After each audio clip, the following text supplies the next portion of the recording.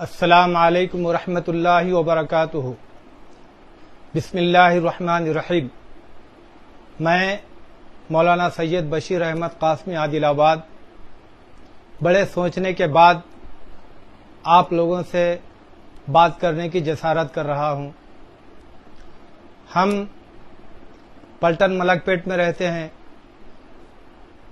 یہ علاقے میں کئی لوگ کورونا سے موت کے منہ میں چلے گئے۔ ہمارے گھر کے ایک دم سامنے چند گھنٹوں کے اندر بہن اور بھائی اس مہلک مرض سے فوت ہو گئے۔ ان کے گھر کو کرنٹون کر دیا گیا۔ انسانی ہمدردی کے تحت جو بھی ہو سکتا میں ان کی مدد کر رہا تھا۔ طبیعت خراب ہو گئی۔ ہم لوگ اپنے وطن عادل آباد چلے گئے، لیکن وہاں اچانک بہت زیادہ طبیعت خراب ہو گئی۔ پھسلیاں مار رہی تھیں، سانس لینا دشوار ہو گیا تھا، پھیپھڑے کام کرنا بند کر دیے تھے، حالت بہت زیادہ خراب ہو گئی تھی۔ میرے بھائی سید رشید صاحب مالک زبیر ہوٹل عادل آباد آکسیجن کا انتظام کر کے حیدرآباد کے لیے نکل گئے۔ میرے چھوٹے سمدھی شیخ محمود صاحب جو پلٹن ملک پیٹ میں رہتے ہیں، وہ میرے بہت عظیم بھائی سے بڑھ کر ہیں۔ یشودا ہاسپٹل کے اندر بیڈ بک کرے، صبح میں ہم لوگ پہنچے، یشودا ہاسپٹل میں مجھے ایڈمٹ کر دیے۔ چند گھنٹوں کے بعد ہمارے گھر والوں کو فون آیا کہ تمہارا پیشنٹ کرونا مریض تھا، اس کی ڈیتھ ہو گئی۔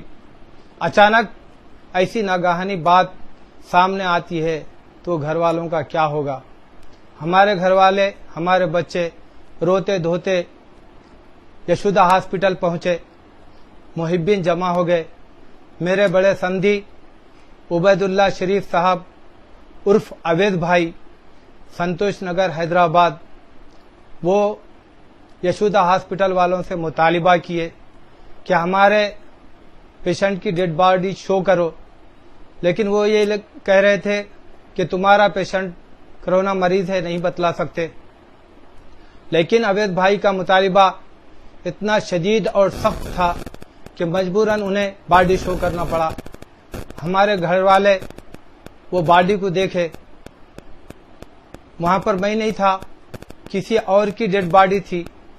منظر بدل گیا، حالت بدل گئے۔ پھر ہمارے گھر والے احتجاج کیے کہ بھائی پھر ہمارے اصل پیشنٹ کہاں پر ہیں؟ تو انہوں نے کہا کہ 2 گھنٹے تک انتظار کریے، ہم بتلائیں گے۔ لیکن ہمارے گھر والے نہیں مانے۔ دیوانہ وار ہر ایسی روم کو تلاش کرتے چلے گئے۔ تلاش کرتے کرتے ایک ایسی روم میں آئے جہاں پر میں تھا۔ ہمارے گھر والے آ کر میرا ہاتھ پکڑے۔ میں محسوس کیا کہ یہ ہاتھ میرے گھر والوں کا ہے۔ میں بھی سختی سے دبایا، یہ احساس دلانے کے لیے کہ میں ابھی صحت مند ہوں۔ ہمارے گھر والے مطمئن ہو گئے۔ لیکن میں بڑی ذمہ داری کے ساتھ یہ کہہ رہا ہوں کہ یہ ہاسپٹلوں کے اندر اگر کسی کے پاس پیسہ ہے، اگر وہ مالدار ہے، وہ حیثیت مند ہے، تو اس کا صحیح ٹریٹمنٹ کر رہے ہیں، ورنہ ایسے پیشنٹ جو ان کنٹرول ہے انہیں اس حال کے اوپر چھوڑ دے رہے ہیں۔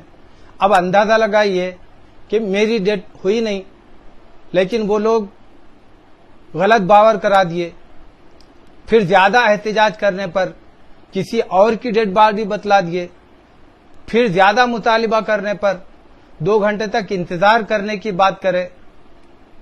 ہمارے گھر والے دیوانہ وار ایک آئی سی یو روم سے دوسرے آئی سی یو روم، دوسرے آئی سی یو روم سے تیسرے آئی سی یو روم پھرتے رہے۔ پھر میں ان کو وہاں پر نظر آیا، اطمینان ہوا۔ یہ حیدرآباد کے مشہور کارپوریٹ دواخانوں میں سے ایک دواخانہ یشودا ہاسپٹل ہے۔ میں یہاں کے واقعات آپ کے سامنے رکھ رہا ہوں، بتلا رہا ہوں۔ اب آپ اندازہ لگائیے کہ ایسے کارپوریٹ ہاسپٹلوں میں ایسے غلطیاں ہو رہی ہیں، اور وہ لوگ یہ بھی کہہ رہے ہیں کہ کرونا پیشنٹ ہے، قبرستان ہمارا اسٹاف لے کر آئیں گا اور وہاں پر دفنائیں گے، تمہیں دیکھنے نہیں دیں گے۔ اب ہمیں یہ خوف ہے کہ کہیں وہ ڈیڈ باڈیوں کے ساتھ چھیڑ چھاڑ تو نہیں کر رہے ہیں، کہیں کوئی ایسے چیزیں جو قیمتی ہیں اسے نکال تو نہیں لے رہے ہیں، سمجھ میں نہیں آ رہا ہے۔ اللہ ہی بہتر جانتے عالمی سیاست ہے یا عالمی سازش ہے یا عالمی بزنس ہے، یہ نہیں کہہ سکتے۔ لہذا میں مجلس اتحاد المسلمین کے قائدین سے اپیل کرتا ہوں کہ آپ کے پاس اویسی ہاسپٹل ہے، اسرا ہاسپٹل ہے، حکومت آپ کے ساتھ ہے۔ دیکھیے کارپوریٹ دواخانوں کے اندر معصوم مسلمانوں کے کروڑوں روپے جو لوگ اپنے بیوی بچوں کو چھوڑ کر، اپنے ماں باپ کو چھوڑ کر باہر ممالک میں کما رہے ہیں، اگر ان بچوں کو یہ معلوم ہوا کہ ہمارے ماں باپ یہ مرض کے اندر مبتلا ہے تو شدت سے تڑپ کر یہ کہہ رہے ہیں کہ کتنا بھی پیسہ لگنے دو لیکن ہمارے ماں باپ کو تکلیف نہیں ہونا چاہیے۔ میرے 2 بیٹے ریاض سعودی عربیہ میں رہتے ہیں، ان کا بھی یہی حال تھا، تڑپ کر یہ کہہ رہے تھے کہ ہمارے بابا کو کتنے بھی پیسے لگنے دو لیکن کچھ ہونا نہیں چاہیے۔ میں بڑے یقین کے ساتھ کہہ رہا ہوں کہ کارپوریٹ دواخانوں کے اندر صرف نیمونیا کا ٹریٹمنٹ دے کر مسلمانوں کے کروڑوں روپے لوٹ رہے ہیں۔ میری بیٹی خود ڈاکٹر ہے، میں یشودا ہاسپٹل سے کوئی صحیح سلامت نہیں آیا، لیکن میری بیٹی نے نیمونیا کا ٹریٹمنٹ دے کر مجھے صحیح کر رہی ہیں۔ اگر اویسی ہاسپٹل، اسرا ہاسپٹل کے اندر یہی علاج کرتے ہیں تو بہت بہتر ہوگا۔ میں مجلس اتحاد المسلمین کے قائدین سے احسان جتانے کے لیے نہیں بلکہ ہم لوگ آپ لوگوں سے کتنی محبت کرتے ہیں وہ بتلانے کے لیے کہ جب اکبر بابا کے اوپر قاتلانہ حملہ ہوا تو تلنگانہ کے مسلمان، بالخصوص حیدرآباد کے مسلمان دنیا کے کسی بھی ملک میں تھے تو ان کے پیروں تلے زمین نکل گئی، حیرت زدہ ہو گئے، دم بخود ہو گئے۔ معصوم بوڑھی عورتیں ہاتھ اٹھا کر آپ کی صحت کے لیے دعائیں کر رہی تھیں، معصوم بچیاں جانماز بچھا کر اللہ کے سامنے رو رہی تھیں، گڑ گڑا رہی تھیں، اور وہ علماء کرام جو دینی مدرسے چلاتے ہیں بچوں کو قرآن پاک کی تلاوت میں لگا دیے تھے۔ میں خود ایک دینی مدرسے کا ناظم ہوں، دینی مدرسہ چلاتا ہوں۔ جیسا ہی معلوم ہوا بچوں کو قرآن پاک کی تلاوت اور آیت کریمہ کا ورد کرتے ہوئے صبح شام اکبر بابا کے صحت کے لیے، ان کی عافیت کے لیے، ان کی زندگی کے لیے دعائیں کر رہے تھے، وہ معصوم بوڑھی عورتیں جو آپ کے لیے رو رہی تھیں ان کے رونے کا واسطہ وہ معصوم بچیاں سجدے میں پڑھ کر اللہ کے سامنے گڑ گڑا رہی تھیں، ان کے گڑ گڑانے کا واسطہ وہ مہمان رسول معصوم ہاتھ اٹھا کر بل بلا رہے تھے، ان کے بل بلانے کا واسطہ یقیناً آپ لوگ حیدرآباد کے مسلمانوں کے لیے نجات دہندہ ہیں۔ اکبر اویسی صاحب کے اندر دھڑکتا ہوا دل ہے۔